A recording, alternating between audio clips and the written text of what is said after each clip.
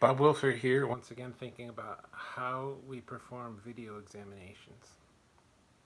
We've talked in other videos about the examination via video chat of the respiratory tree and thinking about the abdominal examination.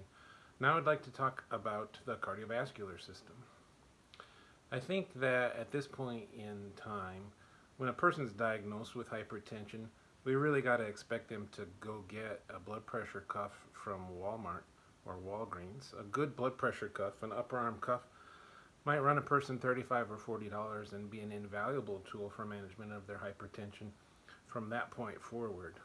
It's reasonable, therefore, if someone has a pre-existing cardiovascular problem, to expect that some vital sign measurements are part of their physical examination. That would include the blood pressure on at least one arm, if not both, and a measurement of a person's weight, which seems to me to be pretty invaluable in deciding if a person might be fluid overloaded, much less pursuing behavioral activation strategies, therapeutic lifestyle choices to control their hypertension. Many blood pressure cuffs show a person's pulse and will give the person, therefore, an idea of whether or not they are regular or irregular in their rhythm. But if your patient doesn't have a blood pressure machine, we can still get an idea about the quality of their rhythm. Most people know to find their pulse either at the wrist or at the angle of the jaw. And it's not too much to ask them to tap in time with their pulse so that you get an idea of its syncopation and its speed.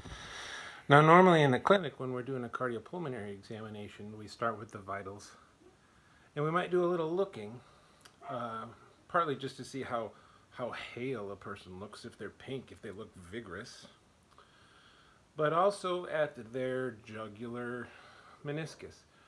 I think that it might be pretty difficult in physical examination over a video phone to get an idea of a person's jugular meniscus. It's hard enough in the clinic when you're doing this face-to-face. There is an alternative. In the Leeuwenhoek, it's a Dutch name, so it's probably pronounced like Hoch, but in the Leeuwenhoek strategy, rather than use the height of the jugular column here, we assume that pressure is equally distributed throughout a person's venous tree. Now I've been holding my hand at my side for just a few seconds, and I've outlined two of my superficial veins as they cross the MCP and whatever that tendon is. I think you can see them thanks to the transillumination, the slanted lighting through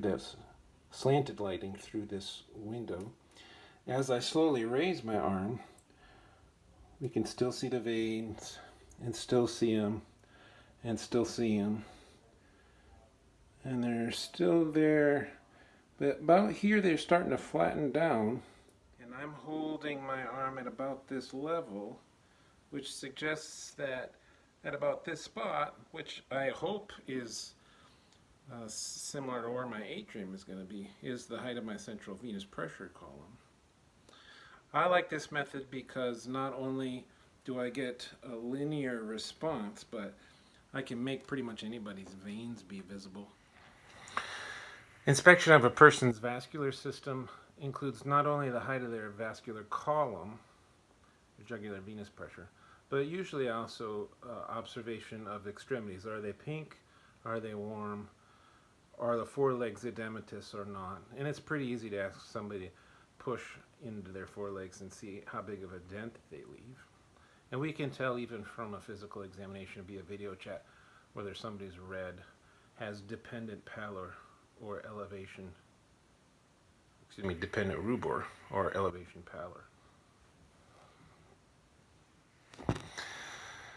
It's going to increasingly be reasonable for us to expect that our cardiovascular patients use technology to supplement our physical examination of them remotely. Sometimes that's done via smartphone apps, in which a person just with two fingers can get an EKG of sorts, a rhythm strip that they can then share with you remotely. The same thing could be done with a $200, which I understand is not free, but a $200 stethoscope head that Bluetooths to a person's phone, and that would allow you full auscultation. So no, it's not quite the same as a physical examination face-to-face, at least not now, not while lots of people don't have the fancy Bluetooth stethoscope head that allows us to listen remotely.